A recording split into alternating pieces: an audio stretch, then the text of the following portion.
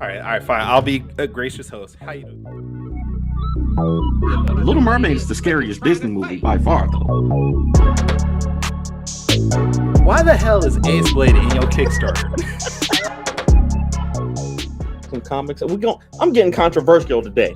We're gonna get controversial today with my proudest moment is this interview and being able to talk to you two.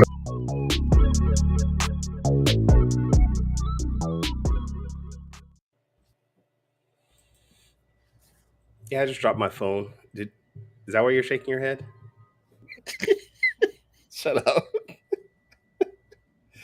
All right, let's get into this. Ladies and gentlemen, boys and girls, children of all ages, Taurus Comics, in collaboration with Fourth Wall Production, proudly brings to you the Four Tales podcast. I'm your host, Kyron Silva. Across the way is the plum essayist of Ace Blade, Denny J. Quick, and together we are your two award-winning blurred comic creators, here to help you find your next favorite book. We are live on Facebook, Twitter, Twitch, YouTube, and a host of other programs, so if you're listening or watching us live, thank you for your support. But don't forget to like, share, subscribe, and review this podcast because all your positive reviews and interactions help us reach a bigger audience. I almost did that entire thing without even looking.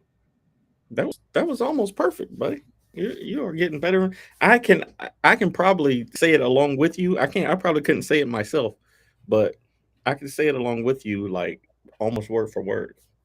This is like, how many episodes is this now? Like 750? This is episode 34. Oh yeah, I was close. Okay. And we have somebody saying, I don't know what's going on. It's saying, what's up, Danny and Kyron, but I don't have a name. So whoever you are, what's up, man?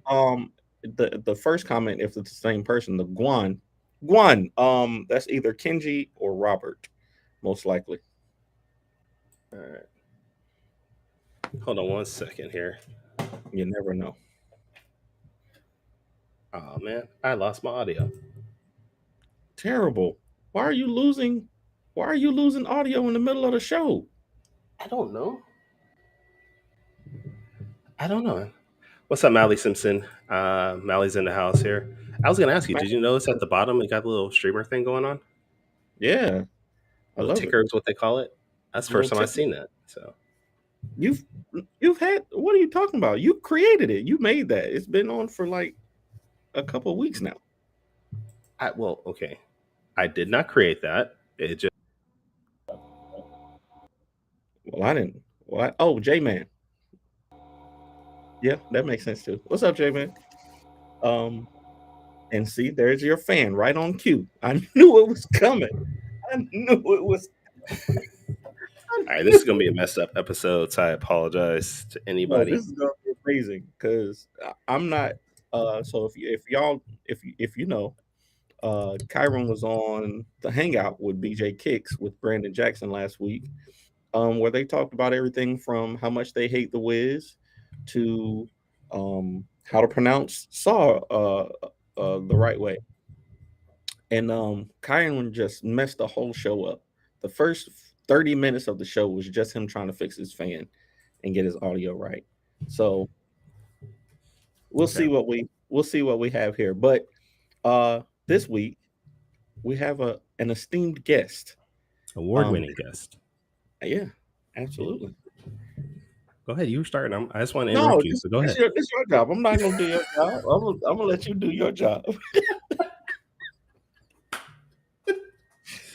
Damn it. All right, first thing, how is my fan still? For now, it's okay. We'll see about in 2 minutes. All right, well, at least I got my audio back. I don't know what happened, but all right. So today's guest, we have an award-winning author and writer. What the hell am I? Author and artist. Author and writer? Isn't that the same thing? I mean, like author and artist. I'm just gonna leave. This is too early of a show again. I haven't had anything to drink. I'm parched already. I'm out. No. All right. We have author and artist Gorlitz Scott. So let's bring her on. It's okay. I flub in the morning too. It's fair. I always say, everybody, it's 7 o'clock in the morning where I am here in California. It's too early to be doing this show, but I do it because Danny, I want to have as my co-host, and he's like, I have no other time for you, Kyron, because I'm doing 3 other podcasts, and I have a shop, and I have a full-time I have job, and 4 I'm a jobs. graphic designer, and I have I have 4 jobs. 500 kids. I only have 4 children. I only have 500. 4. But yes, it's part of the entertainment to see Kyron's brain wake up every Saturday, every other Saturday. So welcome to the show. We're happy to have you. Thank you. I have no idea how I was going to follow that course, or as you guys said. So, But for anyone that's not familiar with your work, tell us about yourself, how long you've been doing this, things like that, just general stuff. Right? well, gosh, I've been drawing like my entire life, so that's fun. I got into doing comics as a teen, mostly to entertain my brother. Like he's younger, so I would do these really stupid comics about 2 aliens trying to understand Earth, and I don't show those to anybody else because We're gonna find those.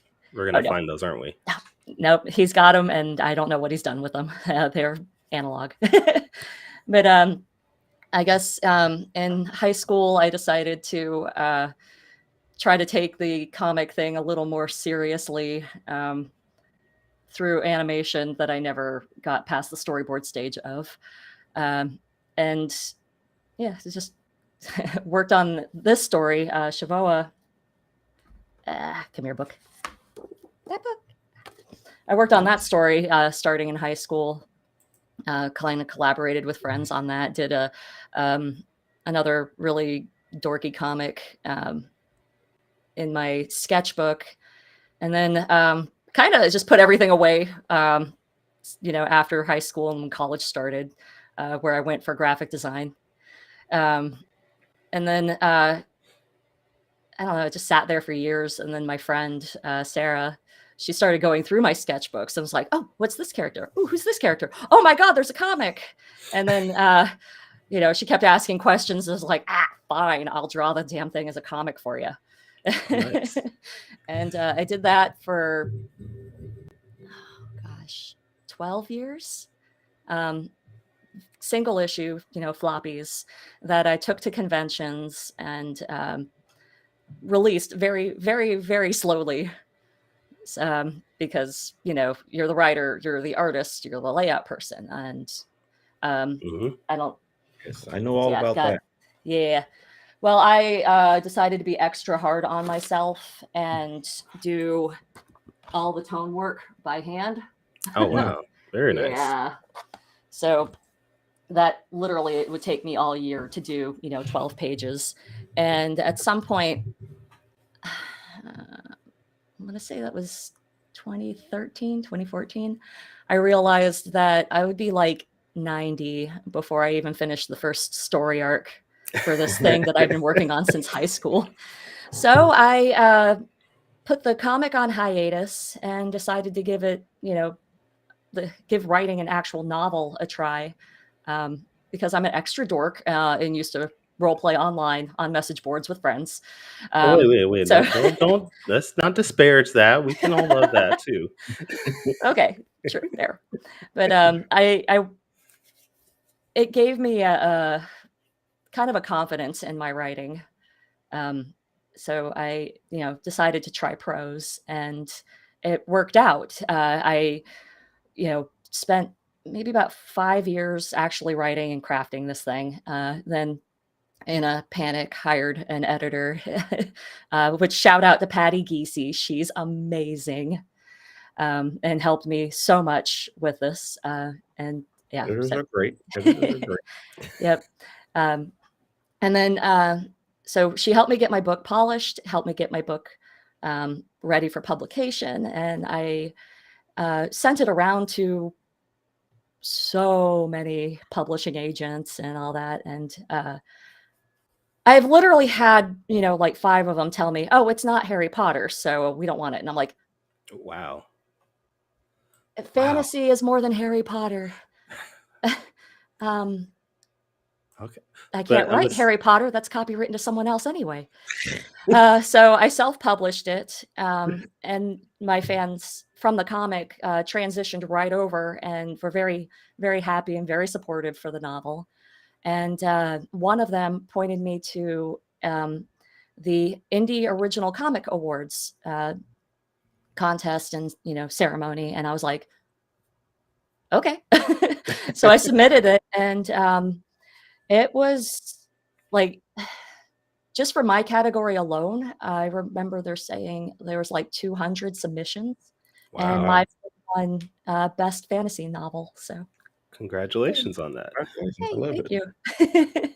Now, do you still have the award that you won? Do you have it hanging on your wall anywhere? Or? Oh no, I wish. It's um, they actually did everything digitally. So I got digital laurels and things to put on the book. The cool thing though was that they did a live award ceremony. So I got to walk on like a red carpet to receive my paper. And then sat down and watched others, and it was cool. All right, we have a comment here from Mally saying, "Screw them, Miss Scott." She need Mally. You're right. She needs an actual award. Maybe Danny, you can whip up like some type of I'm award sure he for her. was talking about the literary folks saying that it's not Harry Potter, but yeah. No. Talking about she needs a physical award. All right, that's If I can get this 3D printer up and running, we're gonna make that happen. Oh, well, thank you. Around the same time, my daughter made me a little pinch pot coffee cup. Hey, there we go. So there we go. Now, at this point, because you said you transitioned from comics to novels, do you think you'll ever go back to it as far as making it into a comic, or is that just gone?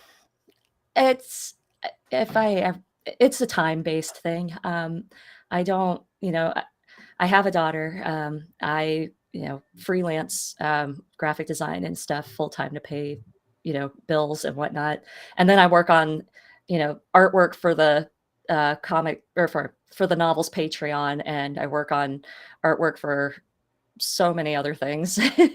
So finding time to do comics again is kind of a challenge, but I'm not saying no, because I love coloring. I would like to be a colorist again. I was a colorist for a webcomic for quite a while, and then I no longer on that project, but that's okay. That happens. Yeah. So not gonna say no.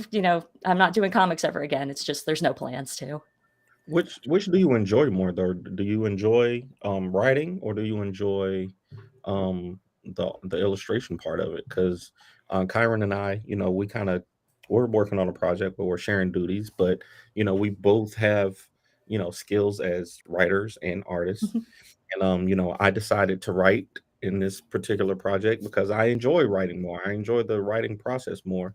But Kyron, he seems to like the creating the art part of it more. So I never said that, but you never said those words. You never said those words, but you talk about your art way more than your writing. So that's because art pays better than the writing does. Wow. So it's all about the money for you, huh? It's all about the money. It's all about the money. Well, to be fair, I've found that it's easier to market with the art because you can just show the images and break it up, and if you have a comic page, you can literally post each panel for one page. So and I think along with today's the world that we are in today with illustration and the internet, people are more drawn to visual aspects when it comes to marketing than they are just talking about it sometimes. Yeah. To answer your question though, I want to say like 3 ways. My brain just works in different modes, during different times. So sometimes I'm more in a writing mood. Other times I'm more in an art mood. And then other times I'm more in this like programming administrative mood.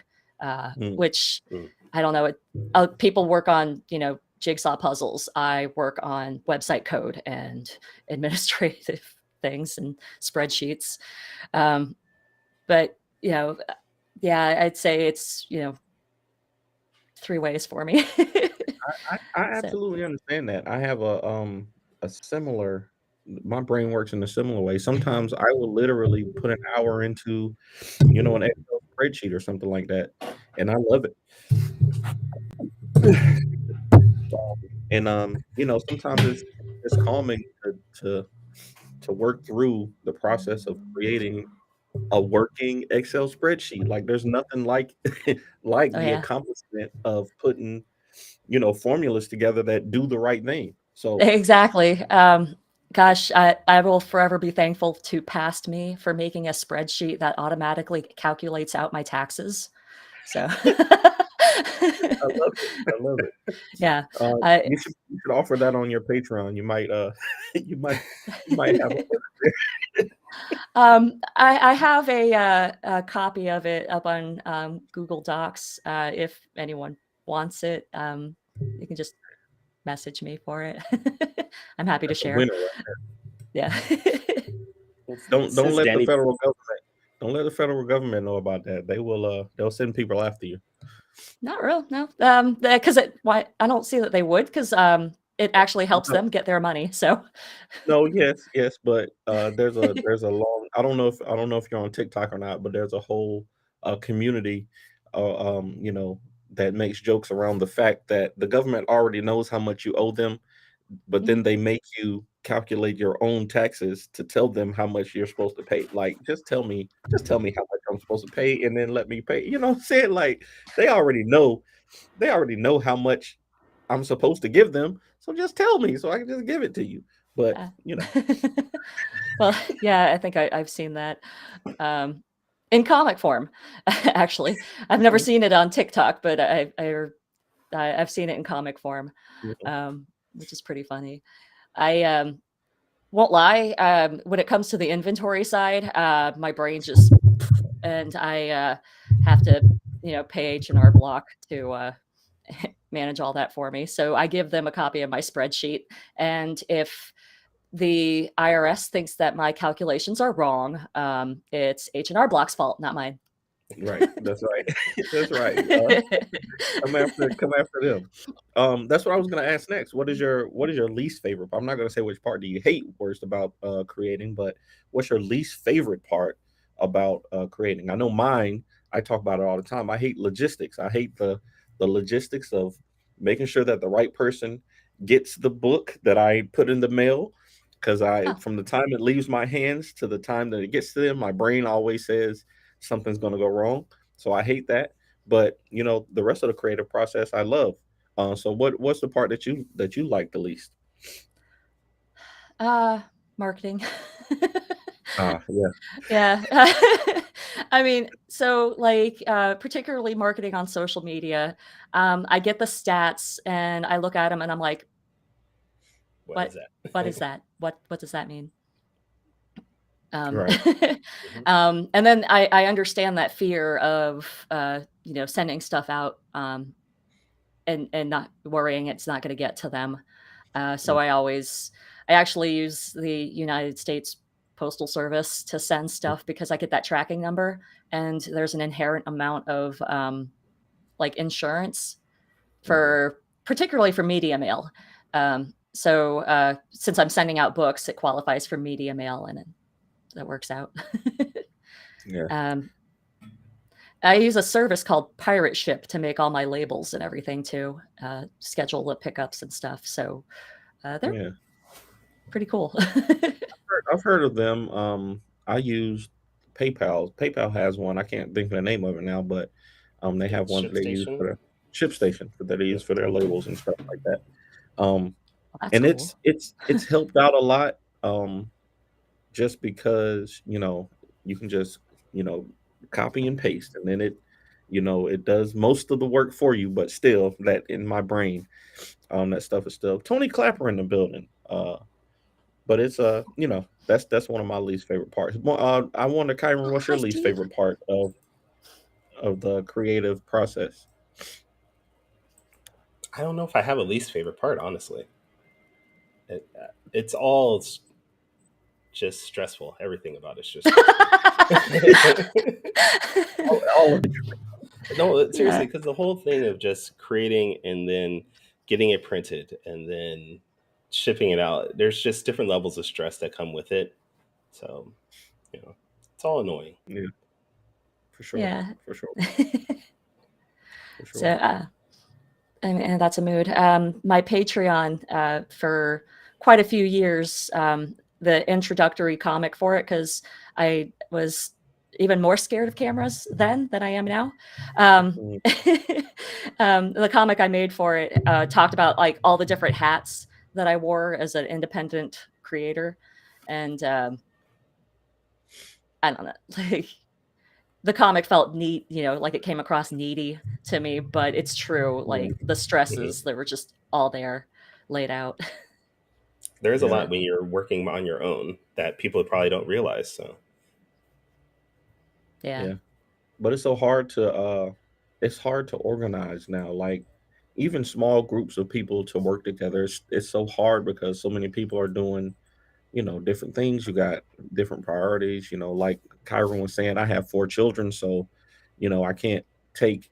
I can only use a certain amount of time a week on my creative endeavors, and being a part of a team, you have to take even more time away from the things that you want to do. So um it's hard to even get a small group together to work on a project. So um there's a lot of stress in it. How do you manage your stress? What do you do for fun? What do you do to kind of balance, because that's something that I talk about a lot with my in my full-time job is work-life balance. So what do you do to kind of alleviate that stress in your life?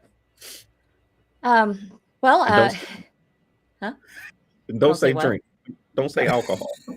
No. Actually, most of it involves coffee. Coffee. okay. So, me and a few friends, also fellow indie creators, every Wednesday night we meet up and have just a jam session. But instead of music, it's art. Um, Mm, lately, we've hold on, I'll grab these real quick to show you. Okay. awesome. Okay. Lately, we've been working on and talking about like watercolors, and one of my projects ended up requiring like glow in the dark effects, because like I do hand embellished art prints a lot Mm, with glow Hmm. paint and stuff, and I got frustrated because the glow products that I have, they're powder and acrylic, and when you use that on watercolor, it comes, or even prints, it comes across as shiny, mm. and I feel like that spoils the surprise a little bit. So I decided to make my own glow in the dark watercolors. Give it a try here, but see. Oh wow. Wow. So Okay. You it's made and you still, made those? yeah, I found a recipe online for how to say, what I looked up gum arabic watercolor recipe, and I got one from Slice of the Moon Creations. Wow. It's still curing, so I don't know how it's going to go, but that's my current experiment with my art club. And then on Sundays, me and a friend, we go hiking, because there's actually a lot of really cool places to go see nature here in Florida. It's No, hot and there's mosquitoes, but we Nature. agreed. It's not Australia Florida light. anymore. Australia light. That's right. Right, Australia. No, no, no, no, no, no. I went out to, and I don't know which part of Florida you're in, but I was out in Jacksonville visiting a friend a couple of years ago, and there was an alligator, a full alligator out in the middle of the street, just hanging out, in the middle of the day. And I'm like, how do you live out here with this, like the dangerous animal? I, I refuse. And I know we got bears and deer and stuff like that in North Carolina, but I'm not messing with no alligator ever. So I could not, and me and my wife we go hiking also, but I couldn't imagine being out there in Australia light hiking the trail. um, We run into alligators a lot less often than you'd expect. But when we do, they stay over there. we if they come our way, we put more space between us. I've never. They say you need to run zigzag away from the alligators if they end up chasing you. Zigzag. And I've never had to. I am of that theory that I will trip who's next to me, so I don't have to worry about it. But so far, alligators seem to be. I don't want to say chill, but if they're up, typically they're moving from like one water spot to another water spot. Just let them do their thing, and if they're just chilling on the banks, it's because they're warming up. They're still reptiles, so they have to sort of thaw in order to function. Right. Now, Just leave them alone. Now, is Australia Light pretty good for creators as far as being receptive and encouraging for them?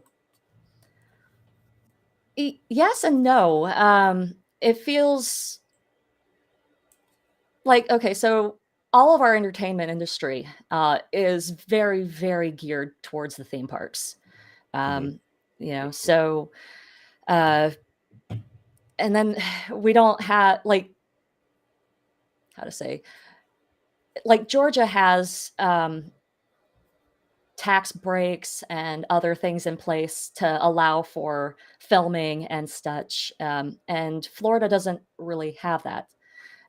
So the entertainment industry can't really branch out of the theme parks. So everyone tries to do something with them or around them or whatever, on the fringes. And in that regard, it's pretty terrible. In community, though, all of the artists are amazing. We're all buddies. Even if, we might have a bit of a beef with one or the other, but it's still, it's like a coworker type beef as opposed to an actual issue. And so we have lots of, art events. We have lots of conventions too. I think at one point I was able to count 64 in the state. In the year? In 1 year? In 1 year, yeah. Gee, So wow. a lot of overlap. That's It's pretty crazy. There's only 54 weekends. Like there's only 54. Yeah. Florida's pretty big. What do you do? Yeah, that's true. That's true. Florida is pretty big. Yeah. I've double booked myself a few times. And that's always really frustrating. Not just like because I would double book myself as a panelist or a guest or a lecturer side, and how it's it's not like I can send somebody to go run my table for that. It was so this is kind of a pain. But so we have a lot of conventions. We have a lot of art events, like the art walks, the farmers markets. So the community's pretty cool. The overall arcing, like, I guess, local government support is there, but needs help. Fair enough. Yeah. So I will shout out to our local gallery, though. City Arts Factory. Amazing. I love them. It's always nice when you have a community like that at least is willing to help support you. Even if the government isn't willing, there is a community there that can help support you and help, just lift everybody up. That's always good. Yeah. So I love them. And that's for the whole state too. Like, Miami, there's no Miami artists versus Orlando artists. We're all just artists. We all do the same thing. Okay. So. I feel like there needs to be some type of beef though between some of the cities in Florida. Oh, the sports, they've got that covered. Okay. All right. Yeah. So. All right.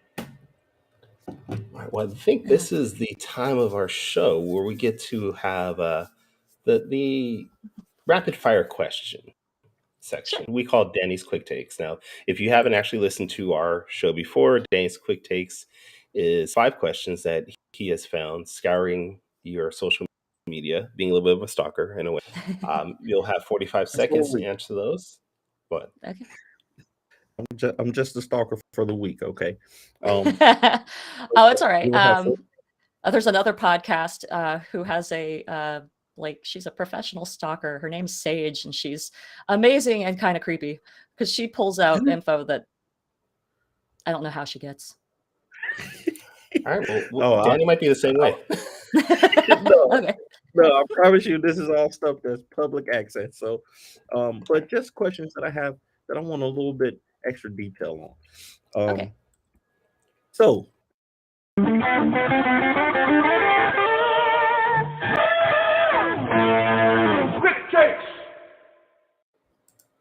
quick takes. So yes, you'll have 45 seconds. After I ask the question, just off the top of your head, and just give us your best answer. Question number 1: what is an octopumpkin? All right. An octopumpkin is a.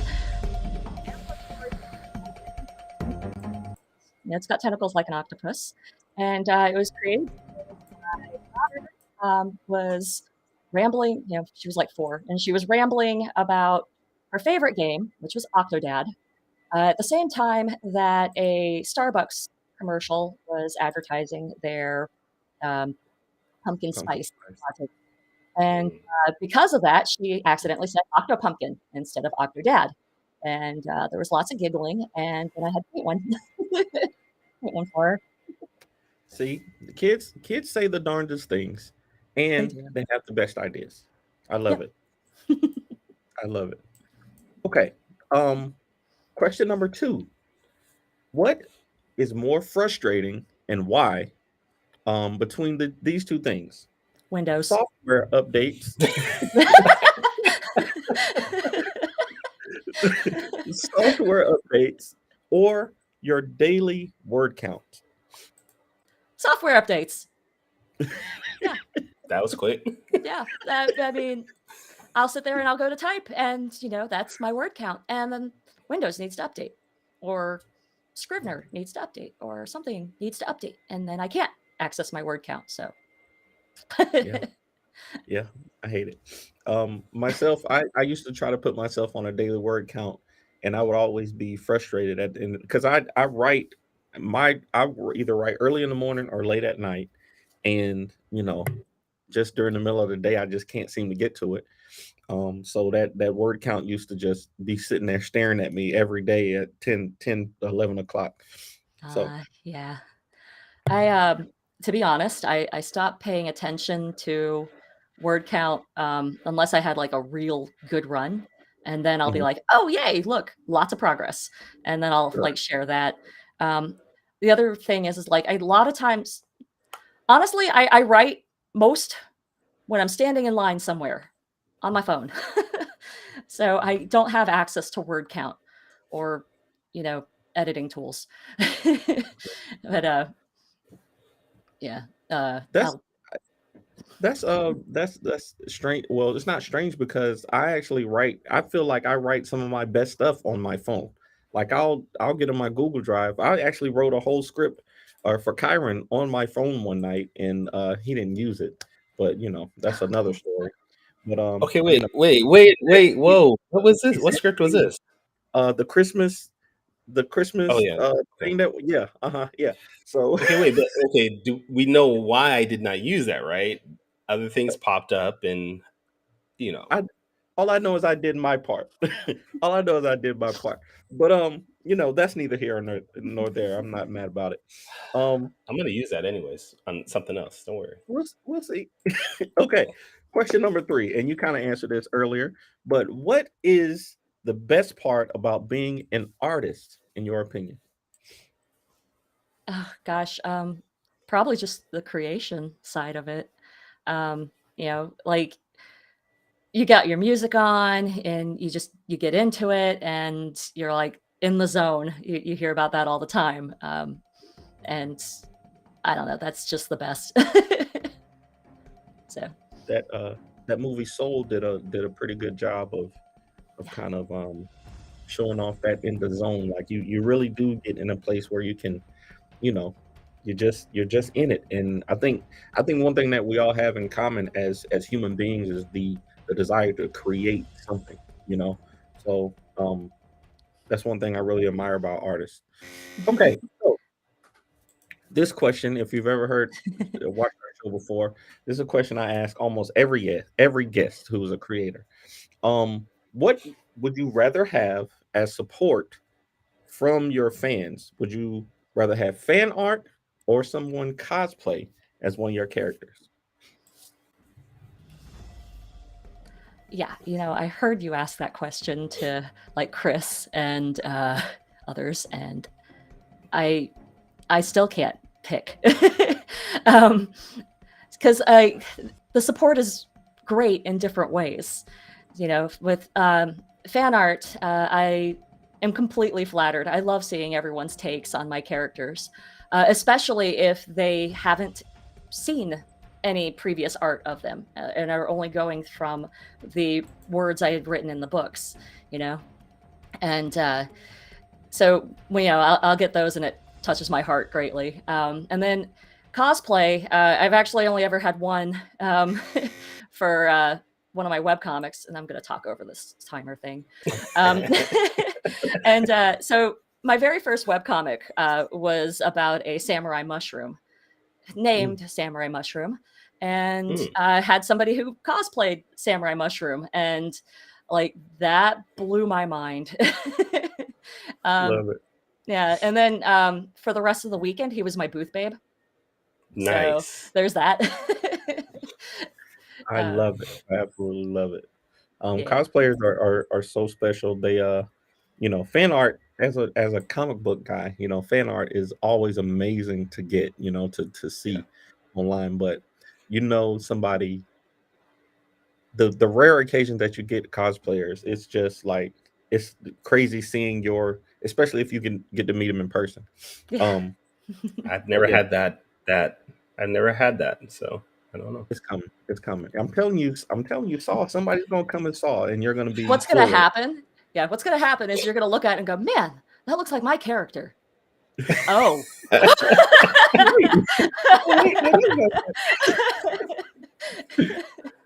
Now, same way for somebody to dress up as Jeff the rabbit, just come up to my booth in a giant rabbit suit and be like, "Hey, I'm Jeff," and I'll be like, "Oh, that's just scary."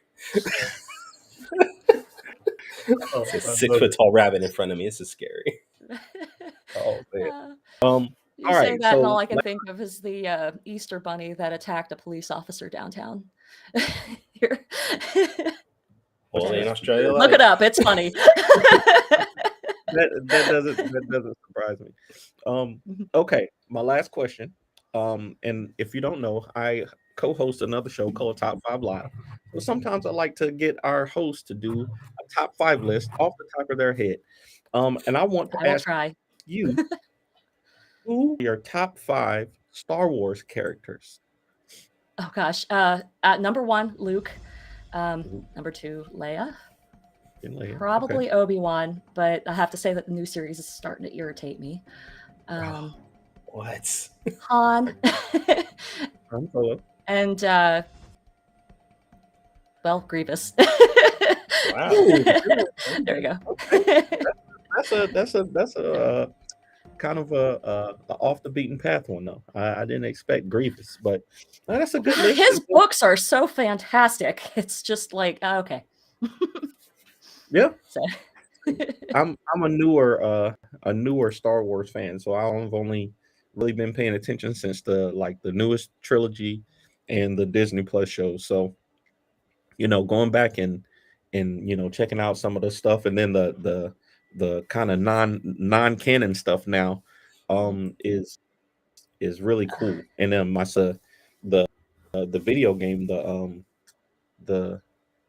I can't hear the Knights of the Republic or something like that, but yeah. it's all it's all great stuff. So that has been our quick, and I appreciate you answering those questions for me. No problem. I can talk Star Wars forever if you wanted. So maybe off podcast. All right. Well, that was Danny's quick takes. This week's quick takes were brought to you by Antarctic Press Exciting Comics. starting with issue 25. Check it out when you can. This is a self-plug. You can catch my book, Saw Lightning Wielder, starting with issue 25. So go to your local comic shop and pick up a comic. I love it. Knights of the Republic. Okay. So we have a couple more minutes, and we did not get to actually talk about. Yeah, I know. That's so funny. We didn't really talk about too much anything about your work. I know. But I mean, no, this has been fun. Ben Yeah. Dunn, yes, Ben Dunn is. I don't think he Aw. actually is a publisher for Antarctic Press, but he's like the main guy or something like that. But I guess let's talk about your Patreon real quick, since we have a couple more minutes. What can people get with your Patreon monthly from you? Okay. Well, I have a pay what you want tier, and the pay what you want tier, actually I think I have two now. But with those you get access to all the Patreon posts, or Patreon only posts, which include artwork. Like I do illustrations, chapter illustrations for the books, for the books.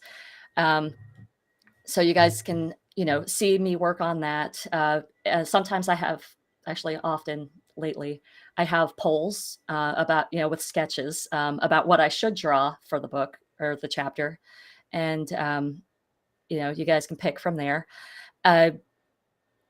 Let's see. I actually have the biggest thing is I have a preview of my second novel as I'm working on it posted monthly. So since I'm not, contracted to a publishing house or anything, I can do that.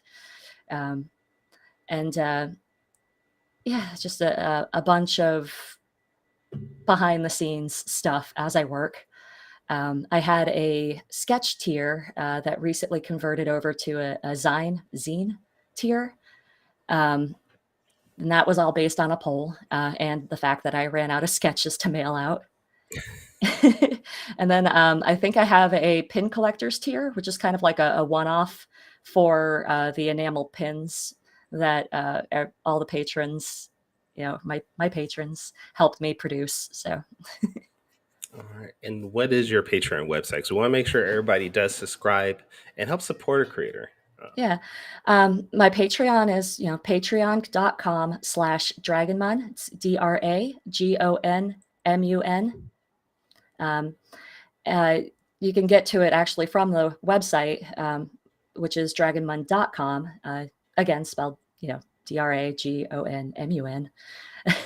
And I think I have it linked on the official Sivoa website, which is worldofsivoa.com.